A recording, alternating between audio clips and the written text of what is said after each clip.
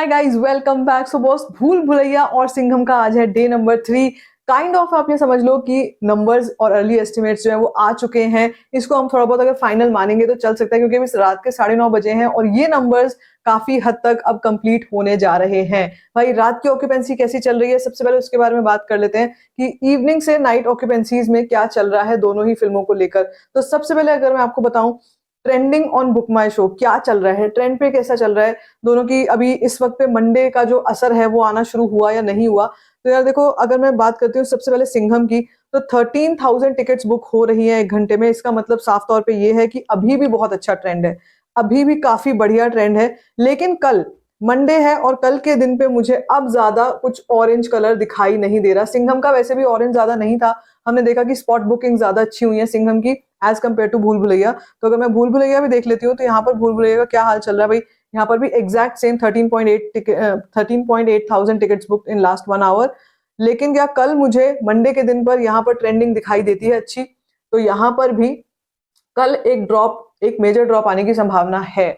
क्योंकि अगेन जैसे मैं बोलती हूँ आपसे कि जब ओपनिंग वीकेंड होता है, उस ओपनिंग वीकेंड में ही फिल्में अपना major chunk of budget recover करने की कोशिश करती हैं, because after that comes that Monday Tuesday Wednesday वाला टाइम, जिस टाइम पर लोग बिजी, दुनिया जहान बिजी, सब अपने अपने कामों में लग जाते हैं और फिल्मों का बिजनेस डाउन चला जाता है।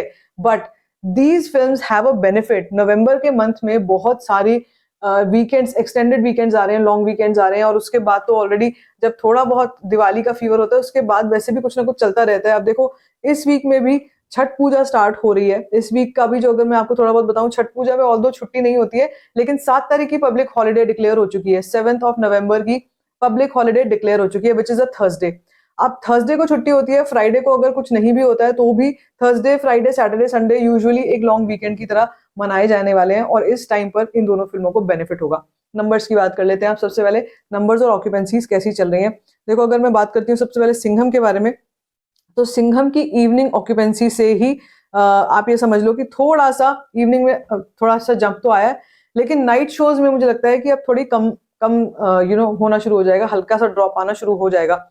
Morning shows 27.29%, afternoon 55.8%, evening shows 70% की ऑक्यूपेंसी, 69.6 है, तो 70% राउंड ऑफ करके बोल रही हूँ। और अगर ये ऑक्यूपेंसी मैं नाइट की अगर आपसे प्रेडिक्ट करने की कोशिश करूं तो कहीं ना कहीं 40% तक जाएगी। इतना ड्रॉप आना ही आना है, संडे नाइट को जरूर होता है ऐसा। सो 9 बजे के हिसाब से अब तक की रिपोर्ट क्या कहती है, अब तक की रिपोर्ट पहुंच चुकी है 32 करोड़ तक, और टोटल इंडिया नेट कलेक्शन 117.9, आप लगा लीजिए 118 करोड़ अभी तक ऑफ सिंघम हो चुका है ना। With Singham it needs to really perform even better on these coming days, आने वाले दिनों में और ज्यादा ये जो एक्सटेंडेड वीकेंड आएगा इसमें इसमें भी परफॉर्मेंस बहुत अच्छा करके दिखाना पड़ेगा अगर बजट रिकवरी की तरफ जल्दी पहुंचना है तो। ऑल्दो बजट रिकवरी और लाइफ टाइम तो अच्छा हो जाएगा, लेकिन आने वाले समय में बहुत सारे नए प्रोजेक्ट, बहुत सारी नई मूवीज आ रही है। 15 नवंबर को कंगवा रिलीज हो रही है, जिसका ऑलरेडी काफी हाइप बना हुआ है, और उसके बाद तो पुष्पा का टाइम शुरू हो चुका है। So I believe that this film these both these films have a time of this span, मतलब ये जो स्पैन है ना 15 से पहले का, ये पूरा मेजरली है इस फिल्म के लिए कि इन दोनों फिल्मों के लिए परफॉर्म सबसे अच्छा करके दिखा दो, ताकि एटलीस्ट बजट रिकवरी हो जाए। अब अगर मैं बात करती हूँ भूल भुलैया की, तो भाई भूल भुलैया की बजट भी कम था, इसलिए रिकवरी में भी ज्यादा प्रॉब्लम नहीं होने वाली। अगर मैं 9 बजे के रिपोर्ट के हिसाब से आपको नंबर बताऊं तो करीब करीब 30 करोड़ का यहाँ पे भी आ गया, 29.78 करोड़ का इंडिया नेट कलेक्शन हो चुका है। 102.28 करोड़ का टोटल इंडिया नेट कलेक्शन हो चुका है। एक चीज मैं आपको यहाँ पे बताना चाहूंगी कि अभी 102 करोड़ है, इस फिल्म का budget, reported budget 130 to 150 crore के आसपास का है। Singham is a high budget movie, 250 से 300 करोड़ बताया जा रहा है इसका बजट, तो इसको ज्यादा मेहनत करनी है बजट को रिकवर करने के लिए, ब्लॉकबस्टर की श्रेणी में आने के लिए, एज कंपेयर टू भूल भुलैया। तो अगर भूल भुलैया के पास शोज कम भी होते हैं तो भी ये अपनी बजट रिकवरी जल्दी कर जाएगी। वैसे भी फिल्म को बहुत अच्छा रिस्पांस मिल रहा है ऑडियंस से, काफी अच्छा बैलेंस्ड काइंड ऑफ क्लैश है इस बार का। ये क्लैश ऐसा जितना शुरू में डेडली लग रहा था उतना है नहीं, इनफैक्ट नंबर्स काफी हद तक रिकवर होते हुए दिखाई दे रहे हैं। अब एक डिस्कशन चल रहा है सोशल मीडिया पे कि भाई कॉर्पोरेट बुकिंग हो रही है।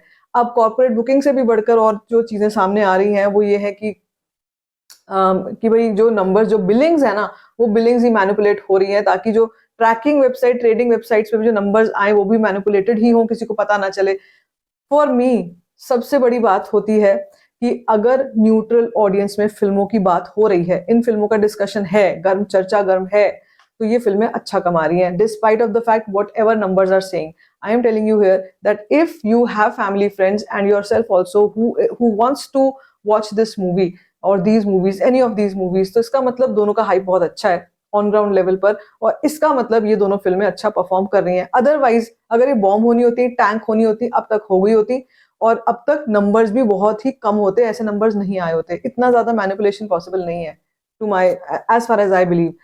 बाकी तो यार आगे चल के देखते हैं बॉक्स ऑफिस हमारे को कहाँ तक लेकर जाता है, ये इन दोनों फिल्मों को कहाँ तक लाइफ टाइम दिलाता है वो हमको देखना पड़ेगा. लेकिन आप बताओ आपकी क्या राय है, what do you have to say about it, let me in the comment section.